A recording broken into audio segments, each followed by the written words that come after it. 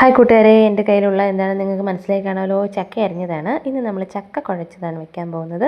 അപ്പം നമുക്ക് പോയാലോ. നമുക്ക് ചക്ക അടുപ്പത്ത് വെച്ച് അതിലേക്ക് കുറച്ച് വെള്ളം ചേർക്കാം. ചക്ക വേവാൻ ആവശ്യമായുള്ള വളരെ കുറച്ച് വെള്ളം ഞാൻ ചേർക്കുന്നുള്ളൂ. കൂടാതെ കൂട്ടത്തിൽ കുറച്ച് മഞ്ഞൾപ്പൊടി, ഉപ്പും കൂടി ചേർക്കാം. മഞ്ഞൾപ്പൊടി ഞാൻ എൻ്റെ ആവശ്യത്തിന് മാത്രമേ ചേർക്കുന്നുള്ളൂ. എനിക്ക് നല്ല ചക്ക നന്നായി മഞ്ഞ കളർ ഇരിക്കുന്നതാണ് എനിക്കിഷ്ടം കേട്ടോ. ആവശ്യത്തിന് ഉപ്പും, എനിക്ക് ഉപ്പൊക്കെ കൈയളവാണ് കേട്ടോ. എനിക്ക് ടീസ്പൂൺ, ടേബിൾ സ്പൂൺ ഒന്നും പറഞ്ഞു തരാൻ അറിയില്ല. ഞാൻ എൻ്റെ അളവിനാണ് ഞാൻ ചേർക്കുന്നത്. ഇനി നമുക്ക് അടച്ച് വെച്ച് ചക്ക വേവുന്നവരെ നന്നായിട്ടൊന്ന് വേവിച്ചെടുക്കാം. ഇപ്പോൾ ഒരു 10 മിനിറ്റ് കഴിഞ്ഞിട്ടുണ്ട്. തീ ഞാൻ ഹൈ ഫ്ലെയിമിലാണ് വെച്ചിട്ടുണ്ടായിരുന്നത്. ഇപ്പോൾ നമ്മുടെ ചക്ക നന്നായിട്ട് വെന്തിട്ടുണ്ട്.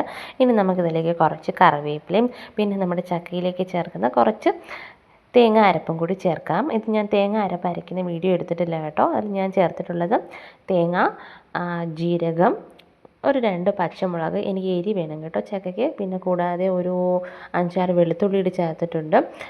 എനിക്ക് വെളുത്തുള്ളിയുടെ ഫ്ലേവറൊക്കെ നല്ല ഇഷ്ടമാണ് കേട്ടോ. അതുകൊണ്ടാണ് അതും കൂടി ചേർത്തിരിക്കുന്നത്. കുറച്ച് മഞ്ഞൾപ്പൊടിയും കൂടി ചേർത്ത് അരച്ചെടുത്ത തേങ്ങ അരപ്പാണ് കേട്ടോ ഇതിലേക്ക് ചേർക്കുന്നത്.